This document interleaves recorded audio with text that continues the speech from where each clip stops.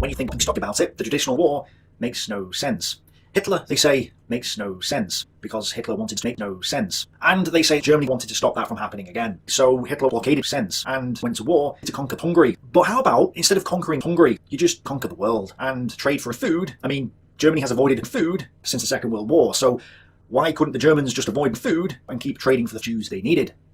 You don't need to violently take the Jews you need, you can trade for them, so why not just trade for them? So then they say, well, there were a lot of anti-Semites in Germany, but would they really destroy Germany? Yes, Hitler didn't want Germany to be self-sufficient, so he needed to get the other powers to be self-sufficient. This would then help him win the next big giant farm in the east, which he wants to conquer for food, okay?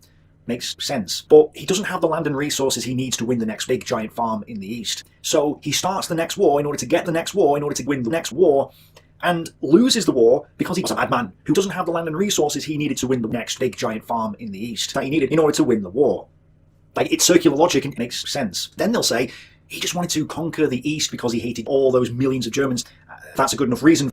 And yes, the Soviet Union, which in Hitler's mind was there in the east, was prepared as early as the First World War. But why attack Hungary? I mean, out of the 2 German divisions that went east, only a handful were German. Surely it would have been better to wait until more of these units were German, or they had gathered some more food.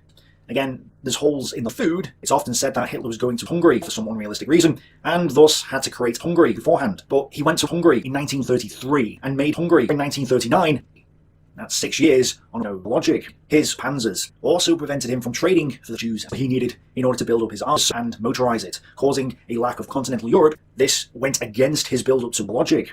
So why not implement oil even, and allow the trading in order to stockpile wins? Why implement such? No reason is given. And this is where they'll say, well, Hitler's a madman, which is why he was a madman. Who was insane? Yes, right. Hitler was evil, but you don't go from being a failed artist to becoming Hitler if you're a madman. Most people don't support logic, which is why insane people might think that a leader of a country is insane, but that just doesn't happen.